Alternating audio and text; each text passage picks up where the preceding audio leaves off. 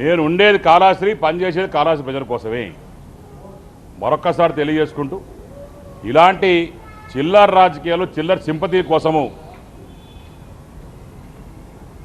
ఇలాంటి మర్డరర్స్ని దయచేసి మీరు కూడా ఎంటర్టైన్ చేయొద్దండి అని చెప్పి మీడియా మిత్రులను కూడా నేను ఈ సంఘంగా కోరుకుంటూ, డెఫినెట్గా దీని మీద ఎవరైతే దీనికి పాల్గొన్నారో, ఎక్కడి నుంచి అయితే రిలీజ్ చేశారో ఇవన్నీ కూడా ఎంక్వైరీకి వస్తాయి.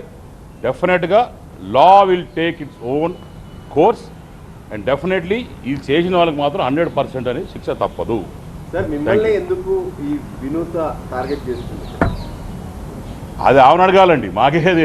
ఇప్పుడు నాకు అర్థం కాని విషయం ఏంటంటే, మర్డర్ చేసిందని దొరికిపోయింది, సీసీటీవీస్ దొరికినాయి, చెన్నైలో అన్నీ కూడా వాళ్ళు ఫైల్ చేశారు, అంతా అయ్యింది.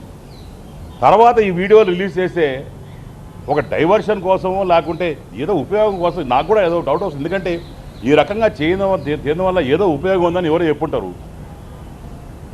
కాబట్టి మీరందరూ కూడా ఆలోచించాలి, ప్రజలందరూ ఆలోచించాలి, ఏ రకంగా ఒక ఫ్రేమ్ చేయబడుతుందో, ఏ రకంగా క్రిమినల్ మెంటాలిటీతో వాళ్ళు ఉన్నారో ఒక్కసారి మీరందరూ కూడా ఆలోచించుకోవాలని చెప్తున్నాను.